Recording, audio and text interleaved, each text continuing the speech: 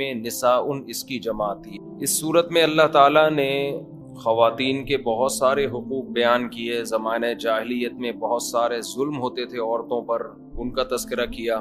بہت طویل احکام ہے، کئی بار میں بیان کر چکا ہوں، اور خاص طور پر میاں بیوی کے آپس کے رہن سہن کے معاملات، پھڈا ہو جائے تو کیا کرنا ہے، کیسے نمٹانا ہے اس کو۔ اس میں ایک بہت اہم صورت ہے وَإِنْ خِفْتُمْ شِقَاقَ بَيْنِهِمَا، میاں بیوی میں کسی طرح بن نہ رہی ہو تو فَبَعَثُوا حَكَمًا مِّنْ أَهْلِهِ، ایک بندہ جو بندے کا تو بندہ ہو، ٹھیک ہے نا، وہ شوہر کی طرف سے، اور ایک بندہ لڑکی والوں کی طرف سے، دو بندے مل کے بیٹھیں اور دیکھیں کہ ان میں غلطی کس کی ہے۔ سمجھتے ہیں؟ اللہ فرماتے ہیں اِن یریدا اصلاحا، اگر میاں بیوی واقعی اصلاح چاہتے ہوں گے۔ بعض دفعہ غلط فہمیوں کی وجہ سے بڑے مسائل کھڑے ہو جاتے ہیں، دونوں صحیح ہوتے ہیں پھر بھی لڑ رہے ہوتے ہیں، بدگمانیاں، غلط فہمیاں بہت پھیلائی جاتی ہیں نا معاشرے میں۔ شوہر اگر محبت زیادہ دے گا تو عورت سمجھتی ہے کہ یہ میرا یہ نہیں غلام ہے، یا اس میں کچھ ٹیکنیکل فالٹ ہے کوئی اس کے اندر۔ وہ اگر تھوڑا استغنا دکھائے گا تو وہ الٹا سمجھے گی۔ خیر، بہت سارے حکام ہمارے رہ جاتے ہیں اگر ہم ایک ہی چیز کو ڈیٹیل میں لے کے چلیں۔ تو اللہ نے فرمایا کہ دو بندے بیٹھ جائیں، آپس میں صلح و صفائی کی کوشش کریں۔ اگر میاں بیوی میں سے دونوں اصلاح چاہتے ہوں گے، غلط فہمیاں دور کرنا چاہتے ہوں گے، یوفق اللہ بینہما، تو اللہ دونوں میں جوڑ پیدا کر دے گا۔ اس سے پتہ چلتا ہے کہ دونوں میں سے ایک بھی اگر شرارتی ہے تو پھر جوڑ پیدا نہیں ہوگا۔ ایک بات تو یہ ہو گئی۔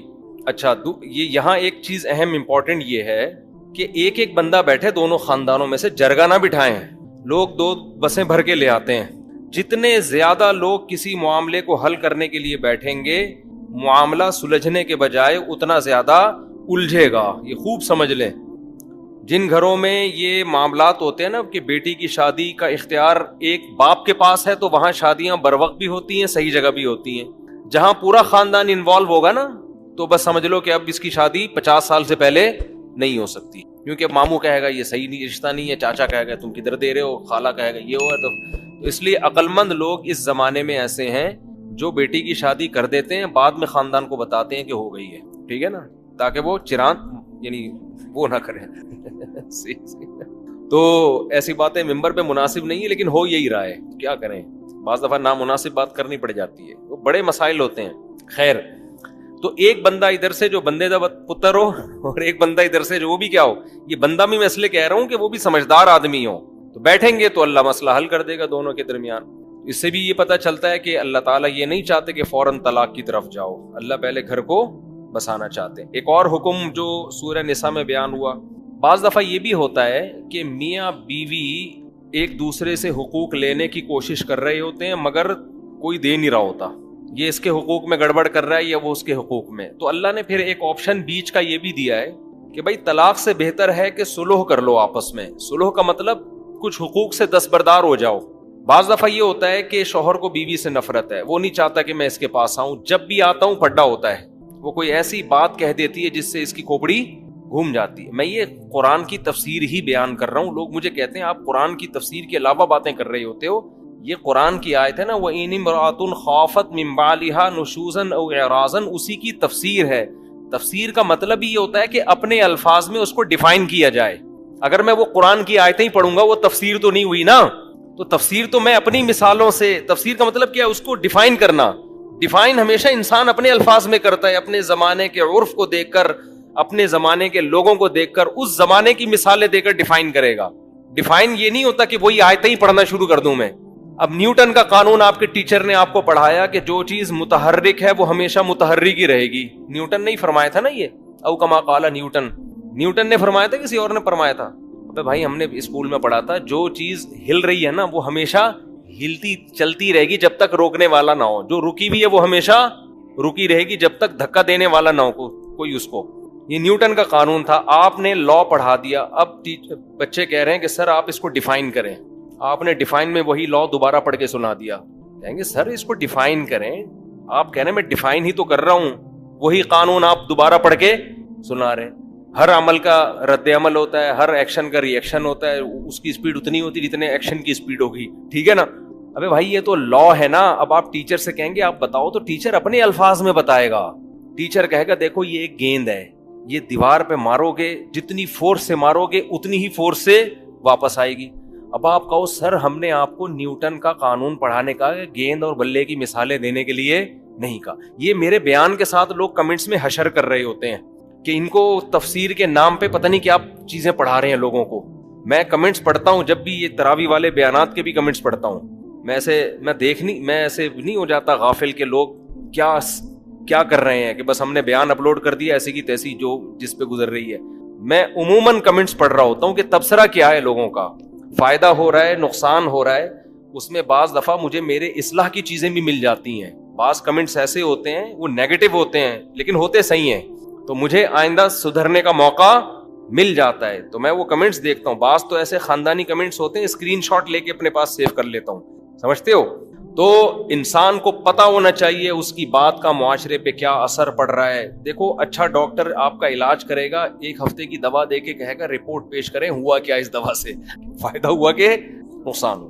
پھر وہ مناسب سمجھے گا تو ہفتے بعد دوا چینج کر دے گا, نہیں تو اسی دوا کو باقی رکھے. اور جو 2 نمبر ڈاکٹر ہوگا پکڑا کے بولے گا بھاڑ میں جائے, مادہ فاسدہ نکل جائے بس کسی طریقے سے, اس کا پیٹ صاف ہو جائے, مرے جیے ہماری غرض. تو اس لیے میں کمنٹس دیکھتا ہوں, لوگوں کے تبصرے پڑھتا ہوں. تو لوگ بہت سے یہ تبصرہ کر رہے ہوتے ہیں کہ تفسیر کا لیکچر ہے اور اپنی زیادہ چلا رہے ہوتے ہیں. تو اپنی کچھ بھی نہیں ہوتی اس میں, آیت قرآن کی ہوتی ہے, مثالیں ہم آج کے زمانے کے لحاظ سے. تبھی تو پیغمبر صلی اللہ علیہ وسلم کو بھی اللہ نے کیا قرآن میں فرمایا کہ اے نبی آپ قرآن ان کے سامنے پیش کریں پھر اس کو بیان بھی کریں. تو نبی نے اپنے الفاظ میں بیان کیا ہے, اس زمانے کے حساب سے مثالیں دی ہیں. سمجھتے ہو کہ نہیں سمجھتے؟ تو اب دوسرا, پہلا حکم تو بتا دیا نا, دونوں میں پھٹا ہو تو کیا کرنا ہے. ہم الٹا کر رہے ہوتے ہیں دونوں میں پھٹا ہوتا ہے تو تیلی لگا کے پھٹے کو بھڑکا رہے ہوتے ہیں. سورہ نساء میں اللہ نے یہ بھی بیان کیا, لا خیر فی کثیر من نجواہم الا من امر بصدقۃ او معروف او اصلاح بین الناس. اکثر لوگوں کی سرگوشیوں میں خیر کی باتیں نہیں ہوتی. اس کو آپ دوسرا حکم سمجھ لیں. وہ تیسرا, میں جو دوسرا تھا وہ تیسرے نمبر پہ بیان کرتا ہوں. دوسرا حکم کیا ہے؟ اللہ فرماتے ہیں کہ جب لوگ آپس میں سرگوشی کرتے ہیں, چھپ چھپ کے باتیں کرتے ہیں, ان باتوں میں اکثر خیر کی باتیں نہیں ہوتی. کتنی خاندانی آیت ہے یار. کیا مطلب؟ جب لوگ ممبر پہ بیٹھ کے بات کر رہے ہوں گے, کھلے عام تقریریں کر رہے ہوں گے, اسٹیج پہ خطاب کر رہے ہوں گے, ساری پازیٹیو باتیں, ساری جوڑنے والی باتیں, فساد والی باتیں نہیں. آپ مجھے ووٹ دیں, میں سچا پاکستانی, یہی ہوتا ہے نا. مولوی صاحب بھی تقریر کر رہے ہوں گے, زبردست اصول کی پابندی کرو, یہ کرو, بیوی کے حقوق, بچوں کے حقوق.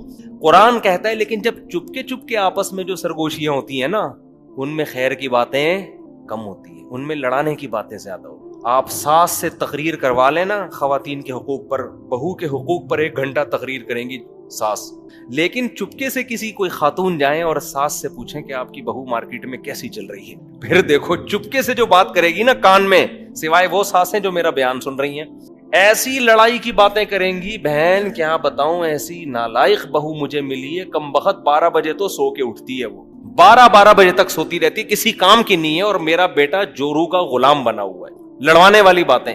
بہو سے بھی کروا لو تقریر, ساس کے حقوق پر پورے خطوط لکھ دے گی, کتابیں بھر دے گی, لیکن چپکے سے جب بات کرے گی اپنے شوہر کے کان میں تو اس کی کان میں اس کی ماں کے خلاف نفرت بھر رہی ہوتی ہے, سوائے ان بہوؤں کے جو میرا بیان سنتی ہیں. یہ ہر دفعہ بریکٹ میں لگانا پڑتا ہے.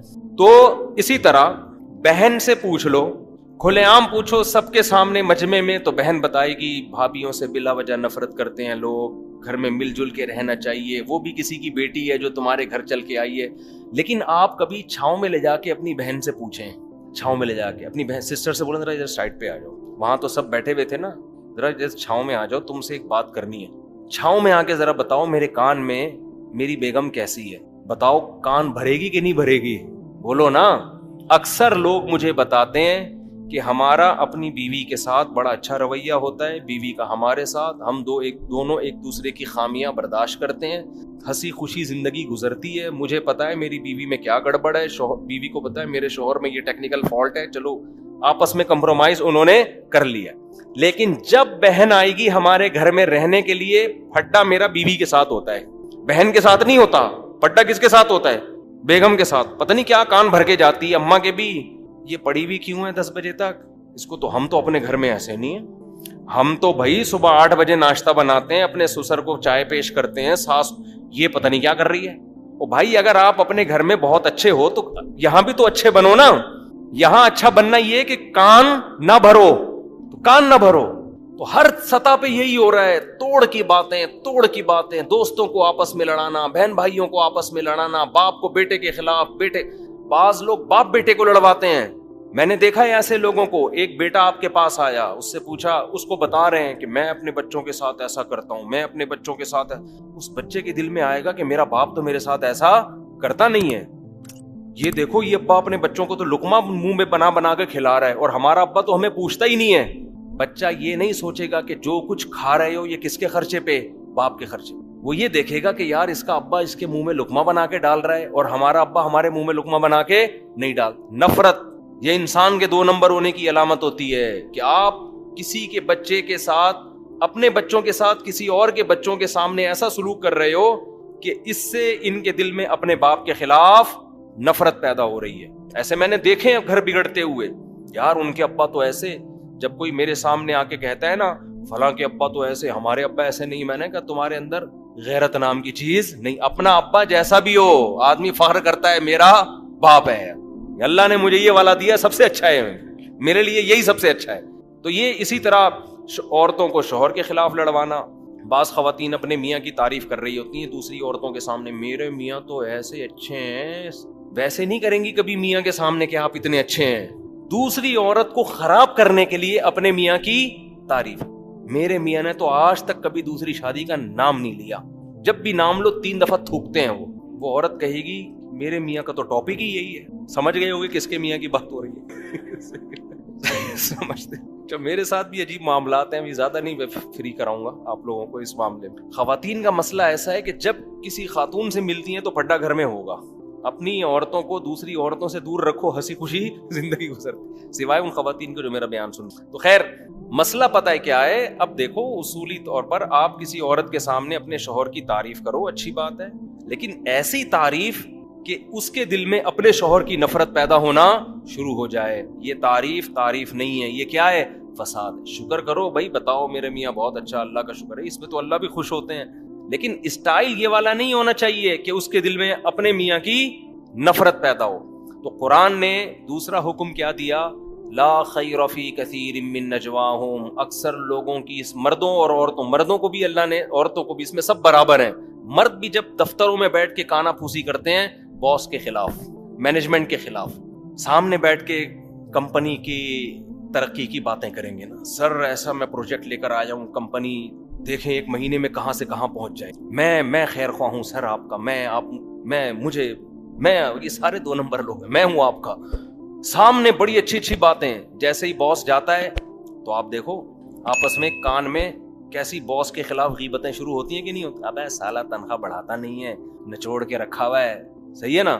اور پھر اپنی تنخواہ دوسرے کے سامنے شو کر کے اس کے دل میں ناشکری پیدا کرنا. ابے بتا تیری تنخواہ کتنی؟ کہے گا یار مجھے تو 30 مل رہے ہیں. ابے تجھے 30 مل رہے ہیں، میں بھی نیا آیا ہوں، 50 پہ آیا ہوں، ٹھیک ہے نا. اس کے دل میں نفرت پیدا ہو جائے گی، یار ہم اتنے پرانے ہو کے 30 کما رہے ہیں اور یہ سالہ کل کا اور 50. اب پوری بات تھوڑی ہوگی بھائی اس میں قابلیت زیادہ ہے یا کم ہے. ہر جگہ ایک دوسرے کی ٹانگیں کھینچنے کے علاوہ کوئی اور کام رہا. ہم مدرسے میں پڑھتے ہیں، 20 سال سے میں جامعۃ الرشید میں ہوں، ہمارا بھی وہاں سے ایک وظیفہ ملتا ہے. اللہ کا شکر ہے میرے ساتھ 20 سال سے جو اساتذہ ہیں، مجھے کسی کے وظیفے کا تنخواہ کا نہیں پتا اس کو کتنی مل رہی ہے، نہ ان کو میرے بارے میں پتا ہوگا. ہمیں اس سے غرض ہی نہیں ہوتی بھائی اس کو 1 کروڑ ملے، 20 کروڑ ملے، 5 روپے ملے، 10 ملے، یہ ان کا معاملہ اور انتظامیہ کا. ہم نے یہ دیکھنا ہے ہمارا گزارا اس میں ہو رہا ہے کہ نہیں ہو رہا، پتہ ہی نہیں ہوتا الحمدللہ ہمیں. تو دوسروں کے معاملات میں ٹانگ اڑانے کی کوشش نہ، اس سے فساد پھیلتا ہے معاشرے میں. میں نے ایک واقعہ سنایا تھا نا، میں ایک موبائل کی دکان پہ گیا، اب تو یہ ساری چیزیں رہ گئی ہیں، جب سے مشہور ہوا ہوں کہیں جانے کے قابل ہی نہیں رہا، ورنہ اتنا مزہ آتا تھا. تھوڑا گھومتے پھرتے بھی تھے نا، تو موبائل کی شاپ پہ گیا تو وہاں موبائل ٹھیک کروانے گیا.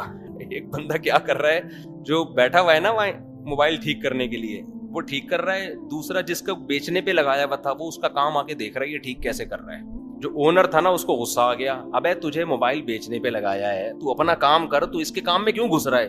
اتنی موٹی موٹی گالیاں انہوں نے نکالنا شروع کر. اب گالیاں آپ خود ہی گھر جا کے سوچ لیے گا. اس کی طرف میں اشارہ بھی نہیں کر سکتا. اس کو غصہ اس بات پر آیا کہ تو اپنا کام کر نہیں رہا ہے, اس کا کام فری میں سیکھنے کی کوشش کر رہا ہے. صحیح ہے نا, دیکھ رہا ہے یہ ٹھیک کیسے کر رہا ہے تاکہ کل میں اپنی دکان کھول کے میں بھی کیا کروں. تو وہ مالک سمجھ گیا, جو اونر تھا نا شاپ کا, جو بزنس کا مالک تھا, وہ سمجھ گیا کہ یہ 2 نمبر ہی کر رہا ہے. بعض لوگ گھننے ہوتے ہیں, آپ کو لگایا سیل آؤٹ کرنے پر, سیل پرچیزنگ پر لگا دیا, آپ کیا کر رہے ہو, گھننے بن کے بیچ کم رہے ہو اور دوسرے کے کام کو چیک زیادہ کر رہے ہو, اس سے سیکھ رہے ہو. بھائی سیکھنا چاہتے ہو نا, سیدھا سیدھا اس کو بتاؤ سر میں آپ سے یہ کام سیکھنا چاہتا ہوں. کہے گا ٹھیک ہے بھائی اتنی فیس دے دو میں آپ کو سکھا دوں گا. فری پھوکٹ میں سیکھنے کے لیے کیا ہو رہا ہے, جھانکا تاکی ہو رہی ہے, کر کیا رہا ہے یہ, دیکھو کیا کر رہا ہے. اس کو اتنا اس شرارت سمجھ گیا نا, اس کی اتنی گالیاں دی نا اس نے, میں کھڑا ہوں گالیاں پہ گالیاں دیے جا رہے ہیں جیسے معین اختر کے ماموں نے جو گالیاں دی تھی. تو یہ بھی 2 نمبر ہی ہے. آپ کو جو کام لگایا آپ وہ کام کرو, آپ دوسرے کے کام میں ٹانگ نہ اڑاؤ. اگر آپ نے سیکھنا ہے تو آپ بتا دو بھائی ادارے کھلے ہوئے ہیں, یا اس کو بول دو یار تم مجھے سکھا دو, وہ کہے گا میں اتنے پیسے دوں گا آپ کو. خیر, تو جب بھی چپ کے چھاؤں میں اور اس طرح شرارتیں ہوتی ہیں تو اللہ فرماتے ہیں لوگوں کی اکثر سرگوشی تو سمجھتے ہیں نا, اکثر سرگوشیوں میں خیر کی باتیں نہیں ہوتی, توڑ کی باتیں ہوتی ہیں. تو دوسرا حکم اللہ نے سورہ نساء میں کیا دیا, اور سورہ نساء میں اللہ یہ حکم اس لیے دے رہے ہیں کہ گھر جو ٹوٹتے ہیں نا وہ خواتین کی سرگوشیوں سے ٹوٹتے ہیں, اس میں مردوں کا کردار کم ہوتا ہے. گھر جوڑنا بھی کس کا کام ہے, عورت کا, توڑنا بھی کس کا کام ہے, عورت کا. گھر کی مالکن تو وہ ہوتی ہے نا. اس لیے اللہ نے اس آیت کا ذکر کہاں کیا, اس سورت میں جس کا نام ہی سورہ نساء ہے. تو اس میں خاص طور پر خواتین کو کہا جا رہا ہے کہ شوہر کو اس کی بیوی کے خلاف مت ورغلاؤ, ساس کو بہو کے خلاف مت ورغلاؤ, بہو کو ساس کے خلاف پڑوسنیں آ کے بتا رہی ہوتی ہیں تمہاری بہو ایسی, ساس کو وغیرہ وغیرہ جو بھی ہو رہا ہے معاشرے میں. تو دوسرا حکم اللہ نے دیا کہ جب بھی چپ چھپ کے باتیں کرو گے تو باتوں میں کیا کرو, خیر ڈالو, خیر. اور قرآن کے الفاظ دیکھو, من یفعل ذلک ابتغاء مرضات اللہ, جو بھی لوگوں میں جوڑ پیدا کرے گا اللہ کو راضی کرنے کے لیے. یہ اللہ نے کیسا زبردست لفظ کہا, جوڑ پیدا کرنے میں خوشی نہیں ہوتی انسان. جوڑ یا تو جب پیدا کرے گا یا کوئی کمیشن, جب تک کوئی کمیشن ملے گا. فری پھوکٹ میں جوڑ پیدا کرنا آسان کام. آدمی دوسروں کو لڑتا ہوا دیکھ کے ہی خوش ہوتا ہے, انسان کی عادت ہے یہ کہ سب لڑے میں سکون سے رہوں بس. آپ دیکھ لو کسی گھر سے پھڈے کی آواز آئے نا, سارے کھڑے ہو کر کان لگا کے سننا شروع کر دیتے ہیں.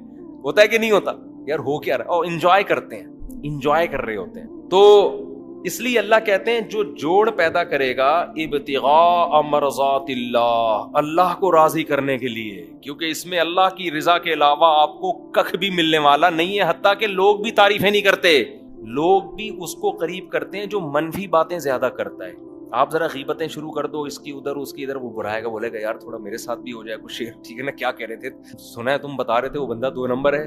لیکن اگر کوئی تعریفیں کر رہا ہے کہ وہ بھی ٹھیک ہے تو وہ بھی ٹھیک ہے تو وہ بھی ٹھیک ہے تو وہ بھی ٹھیک ہے, اب دفعہ ہو یہاں سے, فضول باتیں لے کے بیٹھ, بورنگ. تو لوگ بھی نا توڑنے والوں کو, اور مشہور بھی توڑنے والے زیادہ ہوتے ہیں. یہ جو بعض لوگ یوٹیوب پہ مشہور ہو گئے نا, ان کی شہرت کی وجہ یہی ہے کہ وہ بھی غلط, وہ بھی غلط, وہ بھی غلط, وہ بھی غلط, وہ بھی غلط. لوگوں نے کہا یار یہ حق پرست آدمی ہے, یہ مشہور ہو گئے.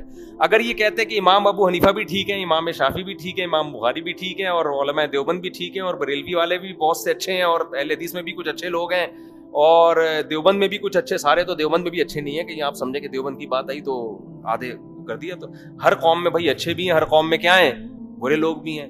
تو اب بجائے اس کے کہ برے لوگوں کی برائیوں کو ہائی لائٹ کیا جائے, ان کے نظریات کو بیان کر دو نا. نام لے لے کے فلاں آدمی نے یہ ارشاد فرمایا, الو کا پٹھا 1 نمبر کا, فلاں آدمی نے یہ کہا ہے 2 نمبر. ابے بھائی یہ کہنے کی کیا ضرورت ہے, آپ بولو یہ نقیدہ کیا ہے, یہ برا ہے. دیکھو قرآن کیا کہہ رہا ہے, وَلَا تَسُبُّوا الَّذِينَ يَدْعُونَ مِن دُونِ اللَّهِ, ان کے بتوں کا نام لے لے کے برا مت کہو, انتقام کی آگ بھڑکے گی ان میں. یہ بتاؤ کہ اللہ کے سوا جتنے معبود ہیں کیا ہیں, باطل. جب آپ اسپیسیفک لوگوں کے نام لے لے کے فلانا ایسا فلانا ایسا, تو اس سے جاہل لوگ تو بہت خوش ہو جاتے ہیں, لیکن جو معاشرے میں تعمیری کام کرنا چاہتے ہیں وہ سمجھ جاتے ہیں کہ اس سے معاشرے میں تعمیر کا کام نہیں ہوگا, اس سے تخریب کاری, فرقہ واریت بڑھے گی. اور کمال یہ ہوتا ہے کہ ایسے فرقہ پرستوں پہ لیبل لگا دیا جاتا ہے فرقہ واریت کے خلاف بڑا مؤثر کام کر رہے ہیں. یہ ایسا ہی ہے جیسے زرداری نے تقریر کہی تھی کہ جب غریب کو بھوکا دیکھتا ہوں مجھے افسوس ہوتا ہے. بندر بھی ہنسے تھے اس کے اوپر. تو ایسے لوگوں کو جب لوگ کہتے ہیں نا فرقواریت کے خلاف بہت اچھا کام کر رہے ہیں، تو جنگل کے بندروں کے سامنے اگر آپ جا کے کہیں گے وہ بھی ہنسیں گے، گدھے بھی ہنسیں گے. اگلے دن ہنسے گا گدھا، لیکن ہنسے گا ضرور. اس کو سمجھ میں دیر سے بات آتی. خیر، تو جوڑ کی بات تو قرآن میں کیا کہتا ہے؟ جو اللہ کے لیے یہ کام کرے گا فَسَوْفَ نُؤْتِيهِ أَجْرًا عَظِيمًا، ہم اسے بہت بڑا اجر عطا فرمائیں، بہت بڑا اجر عطا. 2 حکم بیان ہو گئے. تیسرا حکم، بہت سارے حکام رہ جاتے ہیں اس لیے ذرا اسپیڈ میری آج زیادہ ہے. تیسرا حکم جو میں بیان کر رہا تھا، جو دوسرے نمبر پہ بیان کر رہا تھا، وہ تیسرے نمبر پہ کہ اگر میاں بیوی آپس میں ایسی ان کی بن رہی ہے کہ ایک دوسرے کو دیکھنا ہی پسند نہیں کر رہے، مسئلے ہی حل ہی نہیں ہو رہے کم وقتوں کے. میاں گھر میں آتا ہے، بیگم ایسی بات کرتی ہے کہ 2-2 فٹ غصے سے اچھلنا شروع کر دیتا ہے، واپس چلا جاتا ہے کہ میں آیا کیوں. یا شوہر میں کوئی ایسا فالٹ ہے کہ عورت کو وہ بالکل بھی اچھا نہیں لگ رہا. کوئی بھی وجہ ہو سکتی ہے اس کی، بدبو بہت ہے. بعض ایسے بھی میاں مارکیٹ میں ہیں، خواتین جب میں فون اٹھایا کرتا تھا بتاتی تھی ہمارے میاں صفائی کا خیال نہیں کرتے، کہتی وہ ادھر ہی پڑا رہا ہے بس اس دوسرے کمرے میں.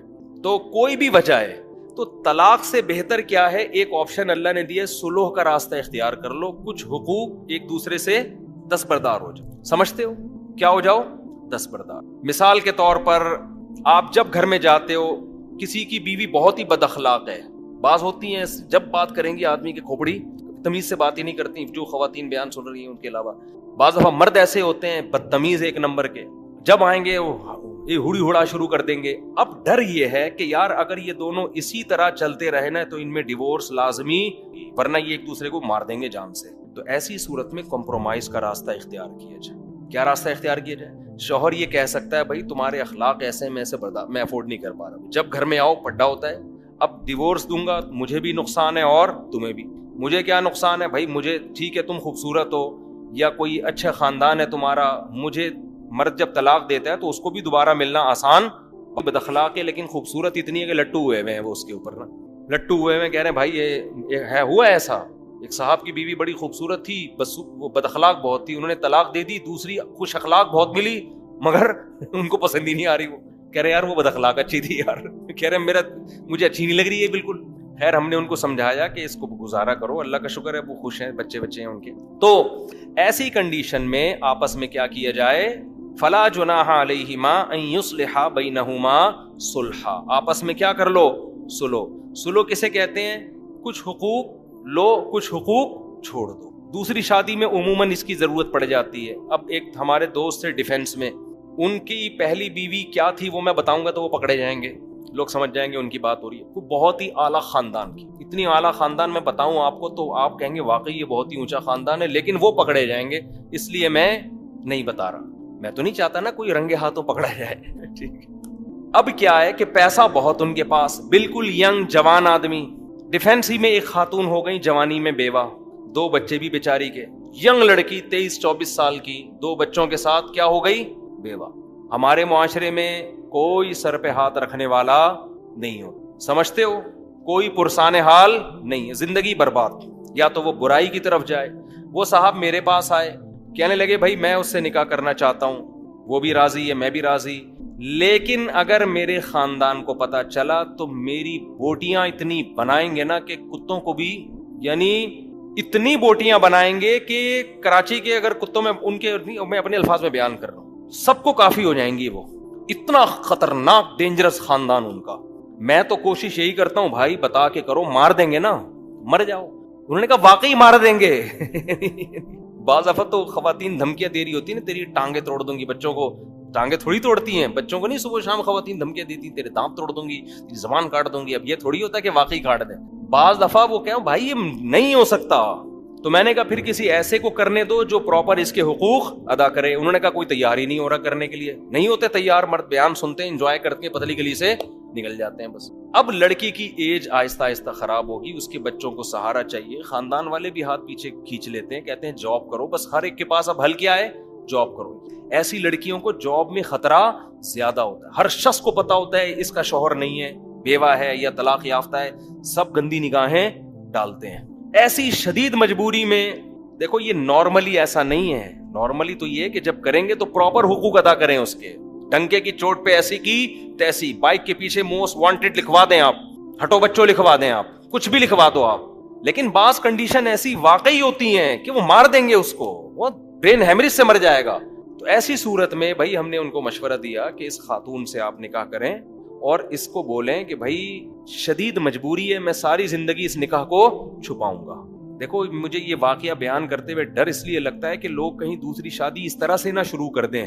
یہ غلط طریقہ ہے، یہ شدید مجبوری میں ہے، نارملی ایسا نہیں ہے. کیونکہ پھر لوگ نا چسکے لینے کے لیے یہی طریقہ اختیار کرنا شروع کر دیں گے. اس میں مردوں کے مزے ہیں، لڑکیوں کا بیڑا غرق، تباہ ہو جائیں گی لڑکیاں. تو یہ شدید مجبوری کے حکم بیان کر رہا ہوں. شدید مجبوری، وہ مجبوری ان کی میں جانتا ہوں کیا ہے، کہ واقعی وہ مار دیں گے ان کو. ٹھیک ہے نا، ایسا خاندان میں کی ہے. تو اب ان کو کیا ہوا کہ بھائی وہ لڑکی کا بھی فائدہ ہے. وہ میں نے پھر ہم نے یہ طے کیا، میں نے ان سے شادی کروا دی. تو یہی طے ہوا کہ بھائی یہ رات میں باریاں نہیں دیں گے. یہ باریاں کب دیں گے بولو؟ دن میں. اور ایک اماؤنٹ انہوں نے بیوی کے لیے باندھ دیا. زیادہ تفصیل بتاؤں گا پھر پکڑے جانے کا خطرہ ہے نا. ٹھیک ٹھاک مالدار آدمی ہے تو اچھے خاصا ایک اماؤنٹ باندھ دیا. بچیوں ان کا جو ہے نا وہ ان کی بیٹیوں کی 2 بیٹیاں تھی، اس کی کفالت، بیٹیاں بیٹا پتہ نہیں واللہ عالم. پھر اللہ نے ان کو بھی اولاد دی. تو الحمدللہ 10-15 سال سے ہنسی خوشی زندگی اسی طرح سے گزر رہی ہے. ٹھیک ہے نا.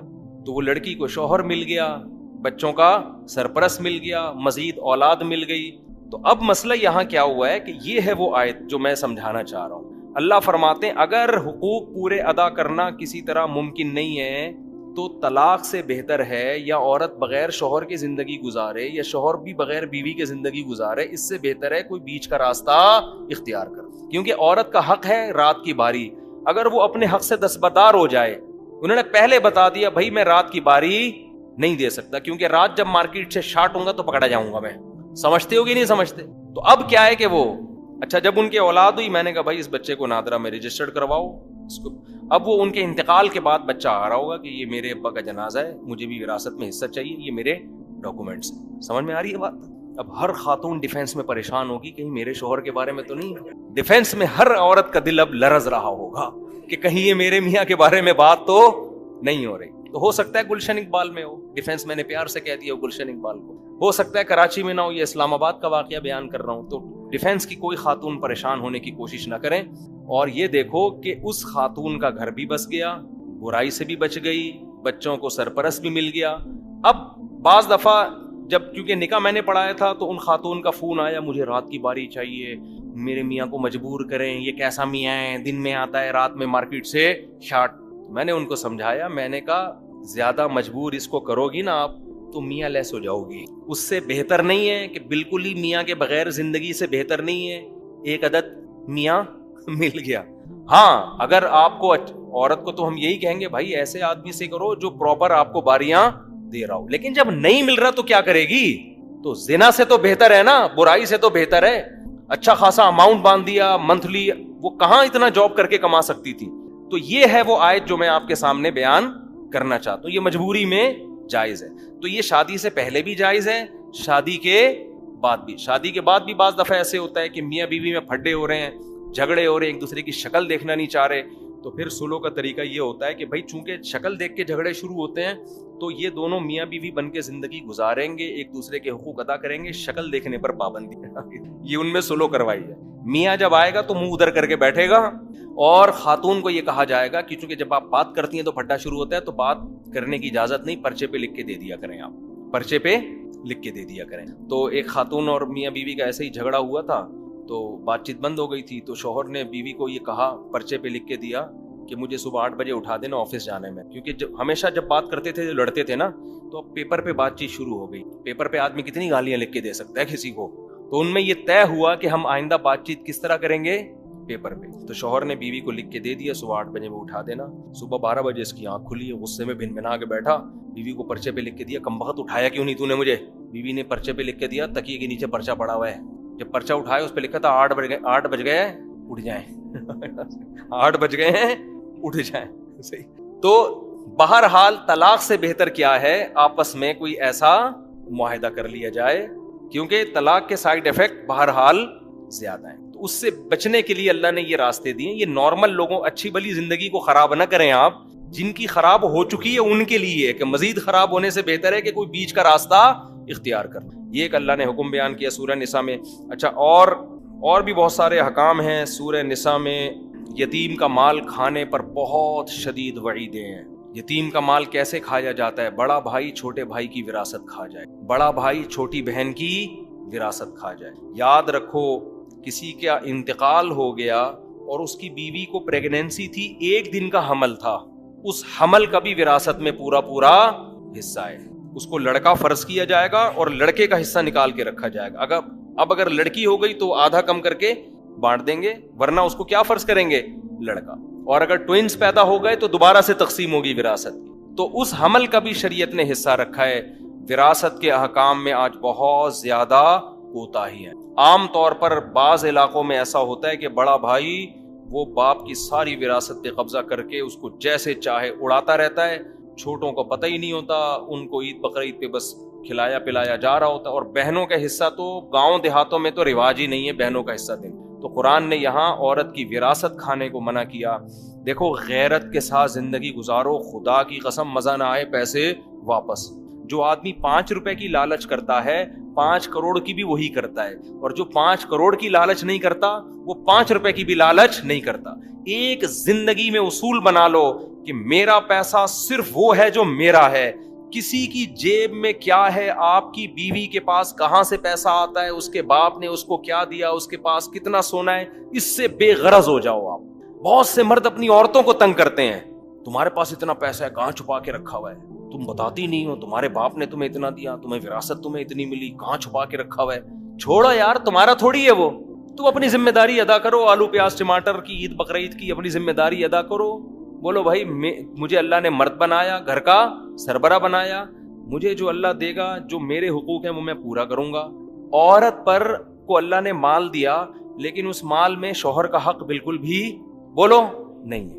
یہ اللہ کا قانون ہے بنایا. اس مال میں شوہر کا حصہ مرنے کے بعد تو ہے, زندگی میں نہیں ہے, کوئی حصہ نہیں ہے اس میں. حتیٰ کہ بچوں کا بھی ٹوٹل خرچہ کس کے اوپر ہے؟ باپ پر. وہ بھی شریعت نے ماں پر نہیں ڈالا. ہاں عورت کے لیے فضیلت ضرور ہے کہ وہ اپنے شوہر پہ خرچ کرے گی تو ڈبل ثواب ملے گا اس کو, لیکن مرد مطالبہ نہیں کر سکتا. وہ اپنے اختیار سے اپنے میاں کو دے دے کہ آپ بھی اتنا خرچ کرتے ہیں تو مجھے اللہ نے مال دیا, کبھی ضرورت ہو تو آپ کی خدمت میں, جناب کی خدمت میں, ٹھیک ہے نا. عبداللہ بن مسعود رضی اللہ تعالیٰ عنہ کی زوجہ حضرت عبداللہ بن مسعود بڑے مسکین تھے. ہمارے نبی صلی اللہ علیہ وسلم نے خواتین کو ترغیب دی صدقہ خیرات کی. تو حضرت عبداللہ بن مسعود کی زوجہ حضرت زینب وہ نبی کے گھر آئیں اور پوچھا یا رسول اللہ. اچھا انہوں نے حضرت عبداللہ بن مسعود سے پہلے پوچھا کہ میں آپ کو صدقہ دے سکتی ہوں, آپ میرے شوہر ہیں, کیا نبی سے آپ جا کے پوچھ لیں گے؟ عبداللہ بن مسعود کو شرم آئی کہ میں اپنے بارے میں کس سے جا کے پوچھوں؟ نبی سے, کہ میری بیوی مجھے پیسے دینا چاہتی ہے, کیا اس کو صدقے کا ثواب ملے گا؟ غیرت تھی صحابہ نے فرمایا میں نہیں پوچھوں گا جا کے, یہ مجھے شرم آتی ہے اس سے ایسا پوچھتے ہوئے, تم نے پوچھنا ہے تم ہی جا کے پوچھو. لیکن ان کو کہا کہ نام نہیں بتانا, کہ میرے بارے میں, ایک حیا آتی ہے نا انسان کو, میرے بارے میں نہیں بتانا, ایسی کامن مسئلہ پوچھنا. تو حضرت زینب چلی گئی رسول اللہ صلی اللہ علیہ وسلم کے گھر پہ.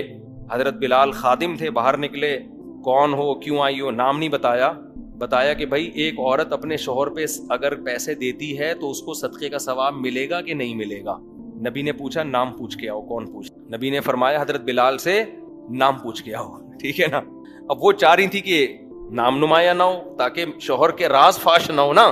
ہوتا یہ ہے نا کہ جو عزت دار لوگ ہوتے ہیں وہ نہیں چاہتے اس طرح شوہر کا نام فاش نہ ہو. تو انہوں نے پھر صرف اپنا نام بتایا, زینب. پوچھو زینب آئی ہیں, تو تاکہ مدینہ میں تو بہت ساری زینب نام کی عورتیں تھیں. حضرت بلال نے جا کے نبی سے عرض کیا یا رسول اللہ جو خاتون مسئلہ پوچھنے آئی ہیں ان کا نام ہے زینب. آپ نے فرمایا ایو زینب, کون سی زینب؟ مدینہ میں تو زینب نام کی خاتون بہت ہیں, ان سے پوچھو کون سی زینب. شاید نبی اس لیے بھی پوچھنا چاہ رہے تھے کہ شوہر کا تو پتہ چلے, کس شوہر پہ خرچ کرنا چاہتی ہیں, شوہر کا تو پتہ چلے. تو حضرت بلال نے آ کے پوچھا, نبی پوچھ رہے کون سی والی زینب؟ پھر انہوں نے فرمایا کہ عبداللہ بن مسعود کی بیوی. حضرت بلال نے جا کے بتایا, نبی تو خوش ہوئے, وہ تو چاہتے تھے عبداللہ بن مسعود پہ خرچ ہو. تو آپ نے فرمایا حضرت بلال سے ان کو بتا دو تمہیں 2 اجر ملیں گے اگر اپنے شوہر پہ خرچ کرو گی, ایک صدقے کا اور ایک رشتہ داری جوڑنے کا. رشتہ داری جوڑنے میں میاں بھی تو آتا ہے نا, وہ بھی تو رشتہ داری ہے نا, وہ بھی کیا ہے. تو عورت اگر اپنے شوہر پہ خرچ کرے لیکن شوہر لالچی نہ ہو, جو لالچی میاں ہے نا ان کی عورتوں کو میں منع کرتا ہوں کہ اپنے شوہروں پہ خرچ کرو. پتہ نہیں ہم لالچی لوگوں سے کچھ شاید ذاتی طور پر ہمیں کوئی بغض ہے.